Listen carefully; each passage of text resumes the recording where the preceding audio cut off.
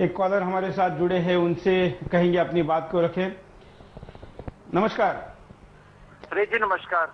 बोलिए सर, आज के मेहमान ब्रजेश जी ने अभी बोला था कुछ देर पहले प्रोग्राम शुरू होने के वक्त कि बंगाल में वामपंथियों ने कोई 34 साल में कोई भी विकास का काम नहीं किया। उनकी हारने की सबसे बड़ी जो वजह।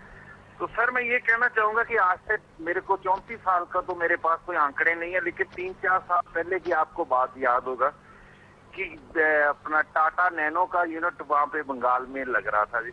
हाँ। तो ममता बनर्जी ने उसे लगने नहीं दिया था। और जो कि बंगाल से हटकर गुजरात में जब उस यूनिट को लगा दिया गया, हाँ। तो फिर हम ये कैसे कह सकते हैं? मैं जो मानता हूँ कि इनकी जो सबसे बड़ी इनकी हारने की वजह सबसे बड़ी ये है कि इन्होंने पिछली सरकार में इन्होंने अपना यूपीए में इन्होंने सरकार का साथ दिया। 4 साल के आसपास ये सत्ता की मलाई खाते रहे। तो जब इनका इलेक्शन का टाइम आया उस वक्त इन्होंने समर्थन वापस ले लिया और लोगों को ये दिखाते रहे कि हम लोग समर्थन वापस दे रहे हैं सरकार की। हमेशा सरकार पर उंगली तो उठाते रहे, लेकिन समर्थन उन्होंने वापस नहीं दिया। तो लोगों को इस पे एक सबसे बड़ा मैं समझता हूँ कि इनको झटका इस चीज से लगा कि लोगों को इनकी सच्चाई सामने आ गई कि ये भी बाकी पॉलिटिशियन पार्टियों की तरह खाने वाले ही हैं। मतलब डबल गेम करते हैं। हाँ जी, धन्यवाद। ब्रजेश जी क्या कहेंगे? देखिए, ये जो टाटा नैनो की बात कर रहे थे आप, ये एक बड़ा लोकल सा मसला था और आज तक जमीन के अधिग्रहण को लेकर तो अभी एक पूरी नेशनल पॉलिसी बनना बहुत जरूरी है कि किसानों को जब आप वहां से हटाते हैं तो क्या वैकल्पिक चीजें रह जाती हैं उनके पास जीवन यापन करने के लिए।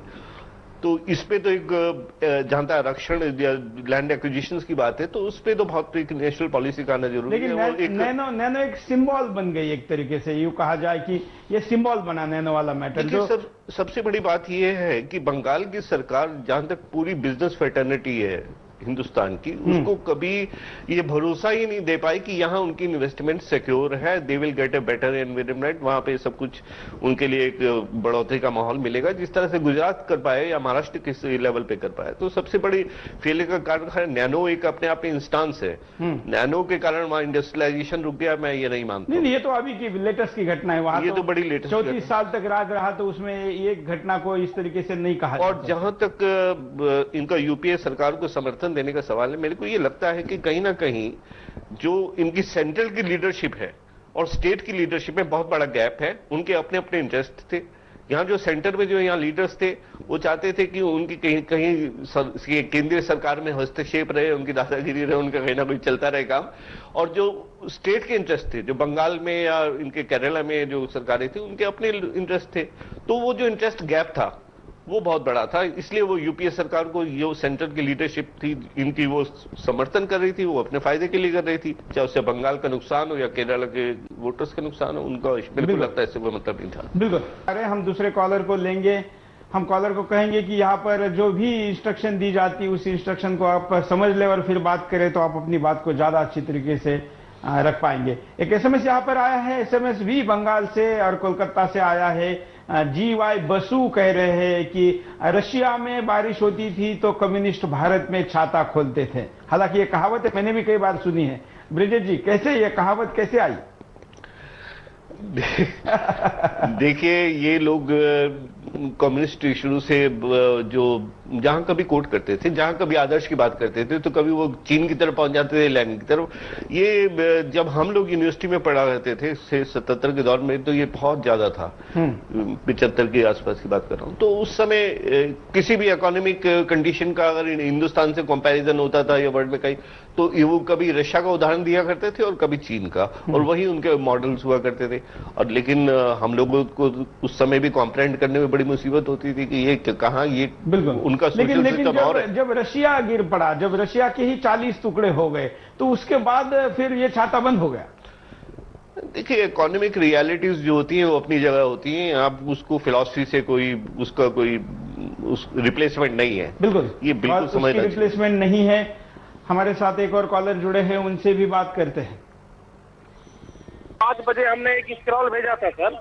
हेलो हेलो, आप बिंदास गोल में बोल रहे हैं? शायद कॉलर कुछ और कहना चाह रहे थे। ब्रिजेश जी, हम बात कर रहे थे कि चाइना और रशिया के आदर्शों की बात ये हमेशा कहते रहे और कभी भी इन्होंने भारत के साथ इस चीजों को नहीं जोड़ा। और भी कई ऐसे किस्से हैं, कहानियां हैं, कहावतें हैं जो कि कम्युनिस्टों को चीन और इसके साथ रशिया के साथ जोड़ते हैं। ये भी अभी एक थोड़ी देर पहले किसी कॉलर ने कहा था कि जब चीन ने भारत पे आक्रमण किया तो इन कम्युनिस्टों ने भारत सरकार को परेशान किया और चीन का समर्थन किया। देखिए, ये इतिहास तो अपनी जगह बिल्कुल ठीक है, इसमें कोई विवाद का इश्यू नहीं है। लेकिन ये लोग सवाल ये करते थे कि इकोनॉमिक बात करते थे कि उनका उदाहरण देके यहाँ की आर्थिक समस्याओं का वो निवारण की बात किया करते थे कि वहां ऐसा हो रहा है, इस तरह से हो रहा है, कम्यून इस तरह से लोगों का फायदा कर देंगे, ये कर देंगे। लेकिन जैसे जैसे रशिया टूटा, और अब आप चाइना का भी हालत देखिए, चाइना हमसे पहले ओपन इकोनॉमी की तरफ चला गया था। हिंदुस्तान ने तो बाद में इस बात को स्वीकार किया, चाइना ने पहले ही ओपन इकोनॉमी शुरू कर के विंडोज खोल दिए थे कि उनको पता लग गया था कि अब इकोनॉमिक स्टैग्नेशन है, आगे वो कुछ कर नहीं पाएंगे और ना वो लोगों को वहां बहुत बुरी हालत हो जाती। तो चाइना फिर धीरे धीरे कम्युनिस्टों ने उदाहरण, जब वो चीज ही नहीं रही उनके सामने तो उदाहरण देने भी बंद कर दिए, क्योंकि वो विफलता की कहानी थी और कुछ भी नहीं था उसमें। बिल्कुल, आप देख रहे साथ साथ में हम स्क्रीन पर आपको सोशल नेटवर्किंग के संदेश भी दिखा रहे हैं। आप अगर कॉल नहीं जुड़ता है या आप सही, आपके लिए सुविधा है कि आप सोशल नेटवर्किंग के द्वारा हम तक अपने संदेश पहुंचाए, तो आप सीधे स्क्रीन पर फेसबुक, ट्विटर और आर्कूट के द्वारा अपने संदेशों को दे सकते। आपके एसएमएस भी स्क्रॉल में हम चला रहे हैं और साथ में sudarshan-tv.com पर ये चर्चा का मुद्दा के तौर पर भी एक फोरम में डिस्कशन जारी रहेगा। ऐसे और कई प्रतिक्रिया हमारे साथ आई है, हमारे सामने कई एमएमएस भी आए हैं, एसएमएस भी आए हैं, हम उनको भी एक एक करके लेंगे और साथ साथ में आपकी सारी प्रतिक्रिया का हम एक मंथन के तौर पर यहाँ पर उपयोग करेंगे। आज हम आपके सामने एक राजनैतिक सोच का मुद्दा लेकर आए। मुझे पता है कि ये मुद्दा थोड़ा सा मुश्किल है, सारे लोग इसको नहीं समझ पाएंगे क्योंकि ये एक राजनैतिक वैचारिक चीज का जो पराजय है ये सब लोग नहीं जानते थे। पिछले कुछ सालों में से तो शायद मुदगल जी भी इससे सहमत हो गए कि पिछले कुछ सालों से तो वैचारिक प्रचार भी कम्युनिस्टों ने एक तरीके से बंद कर दिया था। वैचारिक प्रचार में कुछ रहा नहीं था। वो जो पुराने, जैसे आपने बोला कि शुरू में 60 के 70 के दशक में वो चीन का उदाहरण दिया करते थे, कभी रशिया का उदाहरण दिया करते थे, कभी स्लोवाक और अलग अलग, वो उदाहरण उनके पास खत्म होते चले गए। तो इसलिए अब वो उनके पास आइडल्स जिसे बोलते हैं, आइडल्स एंड मेंटर्स खत्म हो गए। तो बिल्कुल, एक कॉलर अपनी बात को रखना चाहते हैं, काफी इंटेलेक्चुअल कॉलर भी आज अपनी प्रतिक्रिया को दे रहे हैं। नमस्कार, बोलिए। हाँ सर, नमस्कार सर। हाँ, मेरा आज के विषय के बारे में ये कहना है हाँ, कि भारत में तो वास्तव में साम्यवाद था ही नहीं। उस सफल या विफल होने का तो सवाल ही नहीं उठता। यदि आज के चुनाव परिणाम तो बंगाल में 34 वर्षों का जो कथित वामपंथी जिनको हम कहते हैं, हाँ, उसके अंत को यदि हम मानते हैं तो वास्तव में विफल हुआ है, पर वास्तव में वो साम्यवाद था ही नहीं। और ये 34 वर्ष जो उन्होंने शासन किया है, मेरे दृष्टि से तो उसमें 3 कारण रहे हैं। एक तो एक बंगाल में, एक तो वो बांग्लादेशी घुसपैठियों की बड़ी संख्या, हाँ, और उनका मतदान करना, अब तक ये मतदान करते आए हैं, उसका भी एक इनका जीतने का कारण रहा है ये इतने वर्षों में। दूसरा, वहां गरीबी भी एक कारण रही है, जिनमें इन्होंने इनके जो नारे रहे हैं, हाँ, जो पूंजीवाद का और ये जो अमीर गरीब वाला जो उनका भूल भलैया वाला नारा जो था, हाँ, उन्होंने उन गरीबों को भी बुलाया इतने समय तक, और वो समझे, उनको समझने में भी समय लगा। और मेरा तीसरा कारण उनका लगा कि उन्होंने जो एक योजना से प्रशासन पर पकड़कर वहां पर जो गुंडागर्दी की, यह भी उसका एक कारण रहा कि इतने वर्षों तक वो जमे रहे। पर आज वो उसका अंत हुआ है। इसलिए यदि हम इसको साम्यवाद कहें तो वो साम्यवाद तो वास्तव में है नहीं, क्योंकि उनका वाद ना तो चीन वो किसके साथ है ये भी उनका तय नहीं है। बिल्कुल।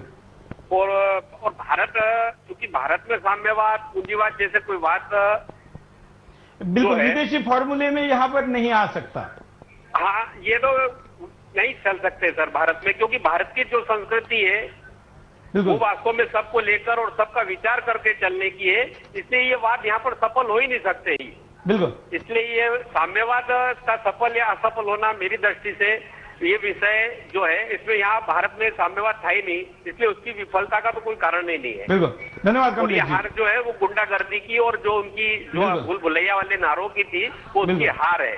बिल्कुल, ये हार किस किस चीजों की है वो तो सब सामने आ रहा है, और ममता बनर्जी ने कहा भी है कि हम उनकी इंक्वायरी करके कार्रवाई भी करेंगे, लेकिन इस वैचारिक स्लोगन को हम वॉश आउट करना चाहते हैं। हम लोगों की प्रतिक्रिया चाहते हैं कि सच्चाई क्या है। बंगाल के लोग और उड़ीसा, पड़ोसी बिहार और झारखंड के भी लोग काफी मात्रा में प्रतिक्रिया दे रहे हैं। एक और प्रतिक्रिया यहाँ पर देना चाहते हैं दर्शक, उनकी प्रतिक्रिया लेते हैं। इनको खाली बीजेपी से विरोध करने का, सत्ता में नहीं आए करके इनका खाली उद्देश्य है, और इनका सीपीएम का कोई उद्देश्य नहीं है इंडिया में अभी।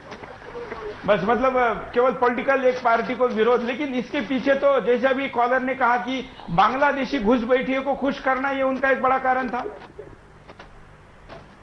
हेलो, हाँ, इनका एक ही उद्देश्य है कि बीजेपी सरकार में नहीं आए, बाकी ये किसी के साथ में भी ये ज्वाइन होने के लिए तैयार है। और इन्होंने जो ज्वाइन किया, जो 2004 में जिन्होंने जो सरकार में साथ दिया, उसके कारण से इनका पूरा भट्टा बैठ गया। बिल्कुल, धन्यवाद। शायद ब्रिजेंद्र कुछ कहना चाहते हैं इस दोनों कॉल के ऊपर। हाँ, आपके जो इस पहले कॉलर थे उन्होंने जिस बात के ऊपर ध्यान दिलाया उसको हम अपनी डिस्कशन में नहीं ला पाए थे। देखिए, ये कम्युनिस्ट पार्टी जो थी वहां पे इस तरह से जो वहां का जो अल्पसंख्यक तबका था, जो बांग्लादेशी मुसलमान भी आए थे, वहां के रहने वाले थे, उनको बड़ा एक अपने यहाँ रिएश्योर्ड करके चल रहे थे कि उनको ये संदेश देना चाहते थे कि अगर वो यहाँ से सत्ता से हटके तो उनके लिए बड़ी समस्या पैदा हो जाएगी। तो वो भारतीय जनता पार्टी और राइट विंग जो और पार्टीज थी उनके खिलाफ इसको एक वोट बैंक बना के भी रखे हुए थे। और ममता की जो तृणमूल कांग्रेस थी उसके कुछ सदस्यों ने कई बार मेरे को बताया भी कि उनको भाजपा के साथ गठजोड़ में कोई परेशानी नहीं है, लेकिन किसी तरीके से मुस्लिम वोट बैंक जो है वो खिसक जाता है बुरी तरह जब वो भाजपा के साथ आते हैं। तो एक ऐसी अनौपचारिक बातचीत उन्होंने कई बार बताया भी, और ममता ने फिर इस तरह से अलग होकर उस वोट बैंक को भी तोड़ा भी। ये नतीजे भी इसी तरीके से सब चीजों को दिखाते हैं। तो कम्युनिस्ट एक तरह से अपनी जहां बात या क्या करते थे कि साहब रिलीजन इज एन ओपियम, उसी रिलीजन को अपने फायदे के लिए इतने साल तक वो इस्तेमाल करते थे। बिल्कुल, शायद वो काम भी नहीं आया उनको। वो काम अल्टीमेटली वो काम इसलिए नहीं, उससे काम इसलिए नहीं आया क्योंकि वो धरातल पे कुछ फैक्चुअली कुछ कर नहीं पाए। बिल्कुल।